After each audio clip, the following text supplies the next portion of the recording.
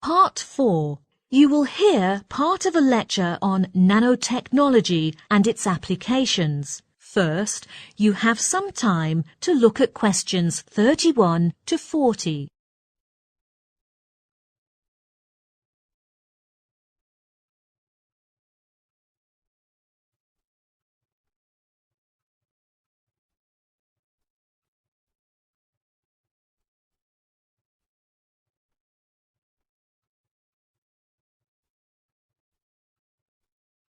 Now, listen carefully and answer questions 31 to 40. Today's lecture is the first of a series of lectures on nanotechnology. Nanotechnology, sometimes shortened to nanotech, refers to the manipulation of matter on an atomic and molecular level. It's a science, engineering and technology conducted at the nanoscale, which is about 1 to 100 nanometers. It is the study and application of extremely small things and can be used across all the other science fields. Just how small is that? A nanometer is 1/1000th of a meter. The idea of nanoscale research first started from a physicist called Richard Feynman in 1959. He envisaged a process in which scientists would be able to manipulate and control individual atoms and molecules. In fact, it wasn't until 1981, with the invention of a special kind of microscope, that modern nanotechnology truly began. Even though nanotechnology has created many new materials and devices with a vast range of applications, there is always concern over these unnatural products. Many people are worried that they may pose a threat to the environment, health and safety, also known as EHS. In order to better understand and evaluate the potential harm, risk assessment has been introduced.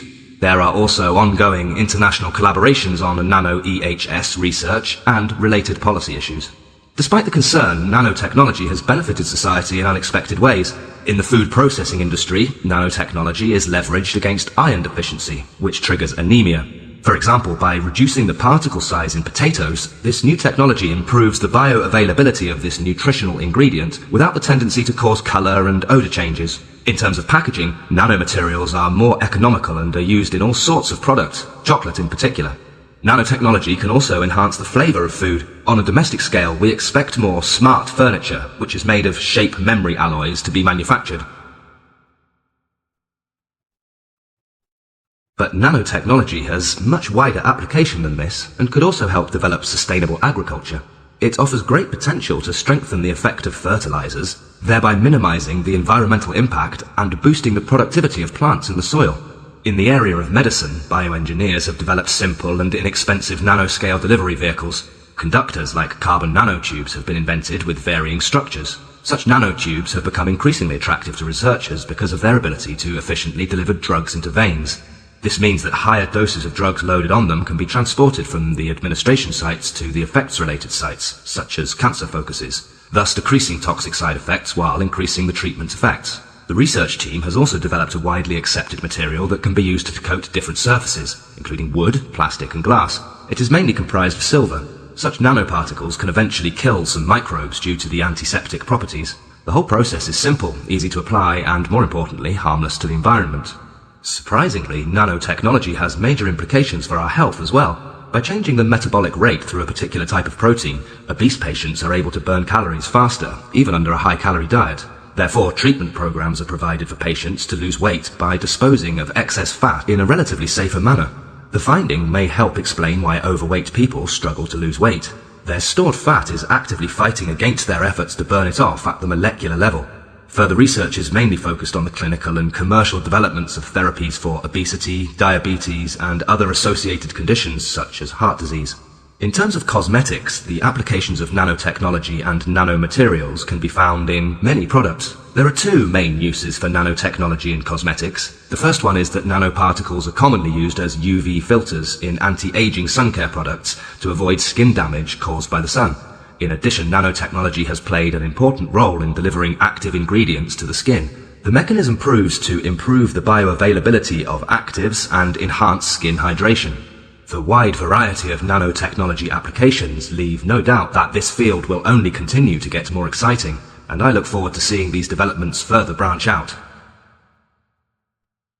That is the end of Part 4. Answer questions 31 to 40. Today's lecture is the first of a series of lectures on nanotechnology. Nanotechnology, sometimes shortened to nanotech, refers to the manipulation of matter on an atomic and molecular level. It's a science, engineering and technology conducted at the nanoscale, which is about 1 to 100 nanometers. It is the study and application of extremely small things and can be used across all the other science fields. Just how small is that? A nanometer is 1/1000th of a meter.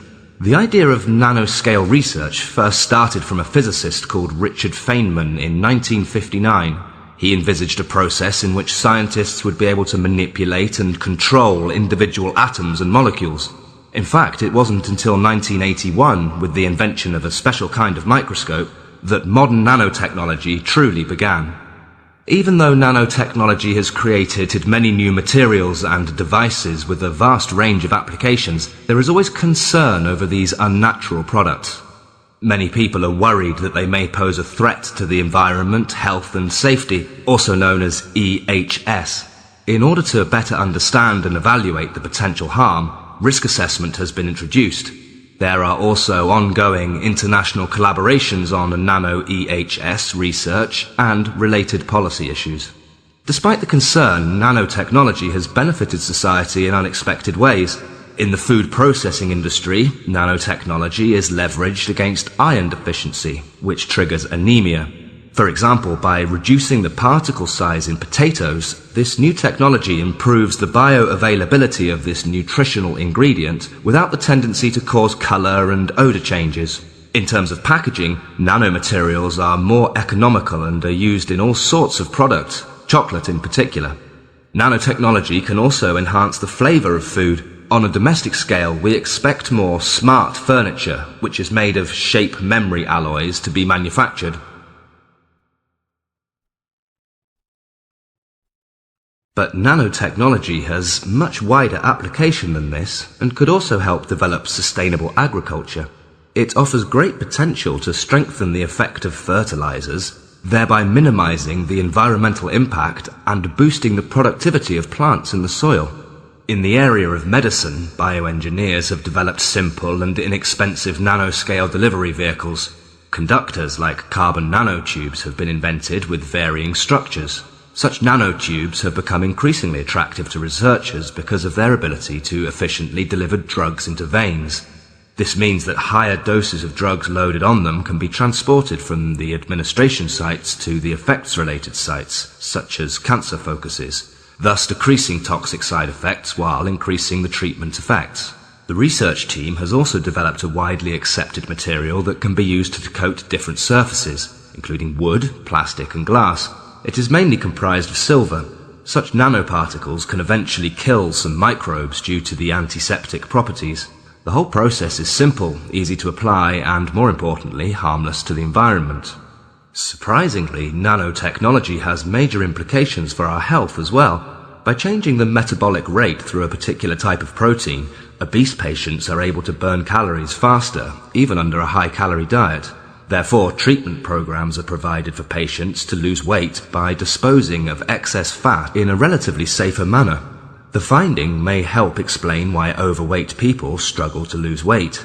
Their stored fat is actively fighting against their efforts to burn it off at the molecular level. Further research is mainly focused on the clinical and commercial developments of therapies for obesity, diabetes, and other associated conditions such as heart disease. In terms of cosmetics, the applications of nanotechnology and nanomaterials can be found in many products. There are two main uses for nanotechnology in cosmetics. The first one is that nanoparticles are commonly used as UV filters in anti-aging sun care products to avoid skin damage caused by the sun. In addition, nanotechnology has played an important role in delivering active ingredients to the skin. The mechanism proves to improve the bioavailability of actives and enhance skin hydration. The wide variety of nanotechnology applications leave no doubt that this field will only continue to get more exciting, and I look forward to seeing these developments further branch out. That is the end of part 4.